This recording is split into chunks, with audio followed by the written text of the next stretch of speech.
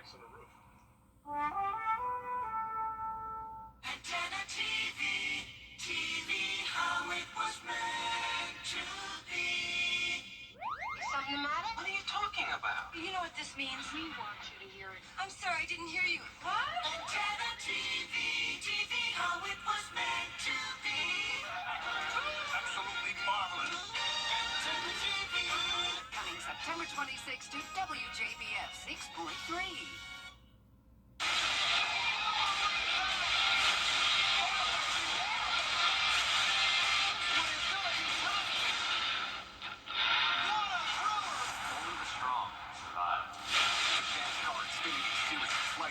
Coverage begins Saturday at 3:30 on CW6. Brought to you locally by Hardee's, where there is always goodness in the making. Stop in for fresh baked biscuits, crispy hand-breaded chicken, and charbroiled 100% Angus beef burgers. The live 5 for 6 weather team is coverage you can count on. Weather headlines on News Channel 6, brought to you by Southpaw Roofing. Coming up, thousands filled downtown for the 44th Annual Arts in the Heart Festival. From food and music to first-time vendors sharing their crafts. We'll hear from vendors straight ahead as your news at 6 starts right now. Live from Television Park, this is WJBF News Channel 6 at 6.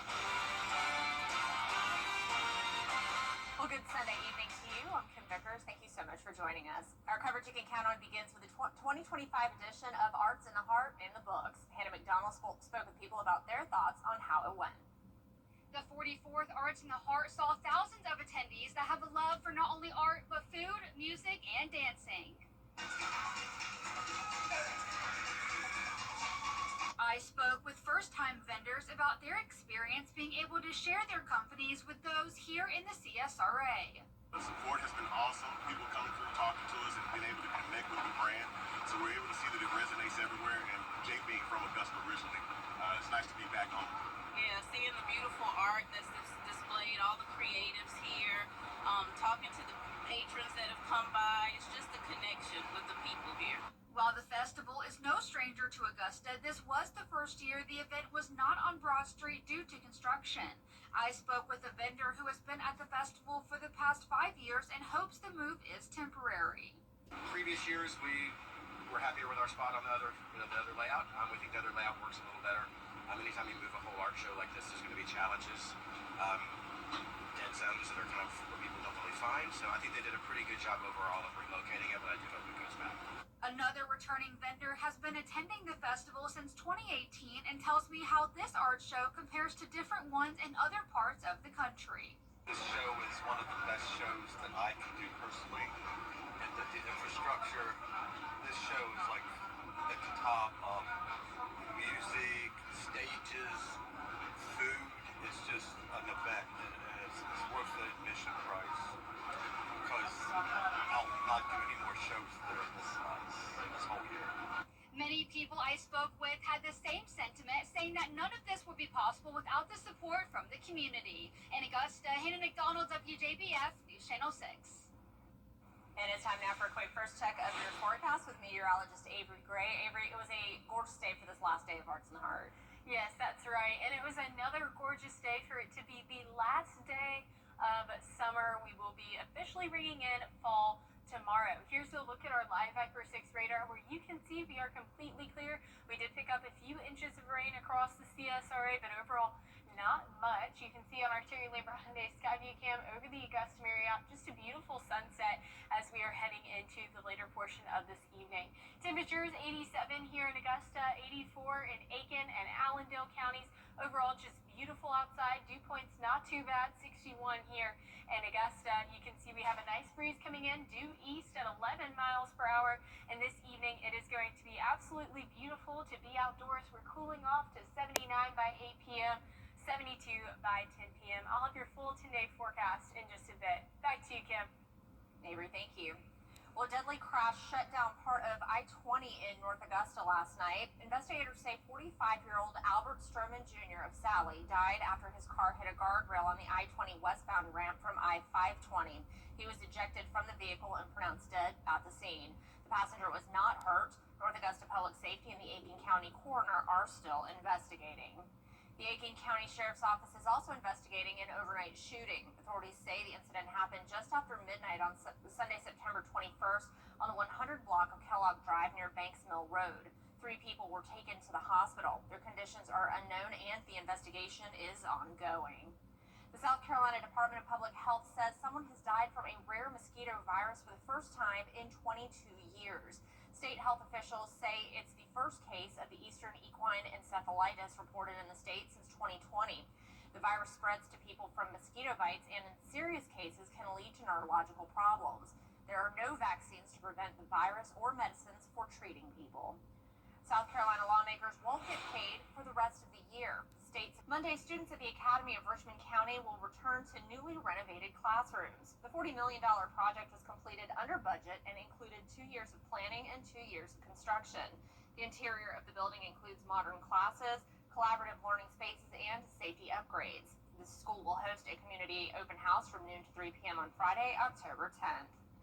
Monday is the first official day of fall, and Sarah's Farm Adventure in Trenton is kicking things off this weekend with the opening of the second annual Pumpkin Fest in Jack-o'-lantern Lane.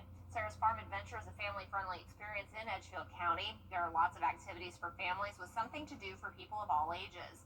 On Thursday nights, it's an adult-only fun with a variety of musical acts. There are pumpkins for sale, spots to take family pictures, food, a petting zoo, and a corn maze.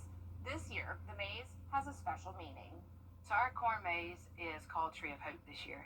And we have had people within the farm and in our own personal lives that have been touched by cancer. And we wanted to dedicate our corn maze this year to all those who fight cancer day in and day out because it affects so many families. Ticket information and hours of operation, just find this story over at WJBF.com. Well, before you know it, October will be here, and that means Breast Cancer Awareness Month. Tuesday on Jenny, meet the ladies who want you to reduce your risk for getting cancer. They're inviting the community to come out and celebrate breast cancer survivors. It's the second annual Pinkapalooza coming up Saturday, October 4th at the Augusta Mall. It's fun for the family with food, live music, a fashion show, and resources to help patients and their caregivers. With the United Breast Cancer Foundation, they are amazing. They have really, this is the second year to partner with them, and we're partnering, of course, with Augusta Mall. So Yes. it's just, we are so excited about it. It's a great celebration of survivorship, and of course, caregivers, and remembering those that we've lost also. We've got all the info you need to know about the second annual Pinkapalooza. Plus, we'll catch up with podcast host Eric Kennedy, who's on a journey to help others in recovery. Join us Tuesday at 12:30 right here on News Channel 6. Now, the WJBF newsroom team was honored Saturday at the Georgia Association of Broadcasting Awards ceremony. Our news team won for Best Breaking News Coverage as well as Best Community Service Project for Border Bowl 12. Jenny Montgomery won for Best Feature Story, and we also won a Merit Award for Best Sports Program for Tea Time Augusta. And finally, Jarrett Ledger was named one of the Georgia Association of Broadcasters' Rising Stars. Congratulations to all of you. Well, we are closing out the season for summer, and before you know it, fall's going to be upon us. But will we have fall-like temperatures this week? I'll let you know right after the break.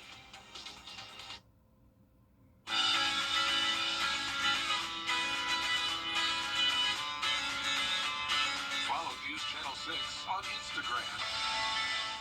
For over 30 years. Hasta la law firm. Now, your most accurate forecast with WJBF Live 5 for 6.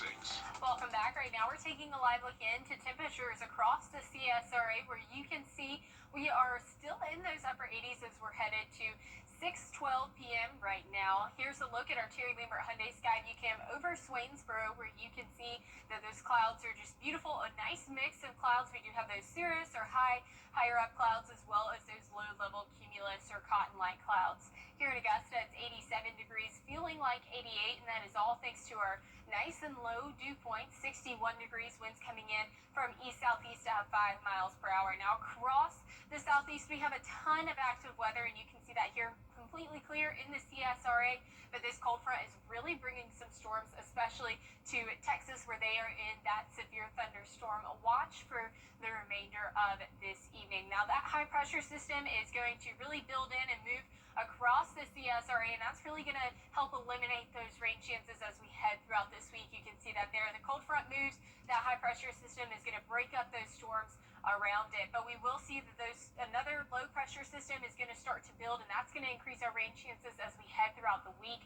10% Tuesday and Wednesday, going up to 40% by Thursday, 60% by Friday. So we are definitely going to see some rainfall as we head into this weekend. Now, temperatures, even though it is the start of fall, tomorrow we will not be feeling like fall. 89 degrees for your high, warming up to 93 by Wednesday, but then that cold front's going to come through and bring us back down below average to 83 degrees by Friday. Now, we do have Hurricane Gabrielle right now in the Atlantic. It is moving at north-northwest at 10 miles per hour, 75-mile-per-hour winds. That is expected to become a Category 3 storm by 2 a.m. on Tuesday, or a major hurricane, but that's going to continue to move away from the U.S. It's going to become a fish storm. Nothing that we're going to see is going to affect us when it comes to Gabrielle. Now, we have two other areas to watch within the tropics, and you can see that here, both with a 20% chance for development for the first invest area, a 50% chance for development within this orange or invest area number 2. So we're going to be watching this closely as we head throughout the week, because it is possible that those could turn into some extra storms as we head throughout the remainder of this week. 63 is your low tonight here in Augusta. Highs tomorrow, a nice and warm 89 degrees. And here is a look at that 10-day forecast. Overall, just beautiful weather. We are going to get on that warmer side as we head into Wednesday, but thankfully we will see a cold front. That's going to bring us rain, much needed, and more fall-like temperatures come Friday. Oh, absolutely. All right, Avery, thank you. Well, coming up, chaos unfolded Saturday night at a country club in New Hampshire when a gunman opened fire. We'll have the details when we come back.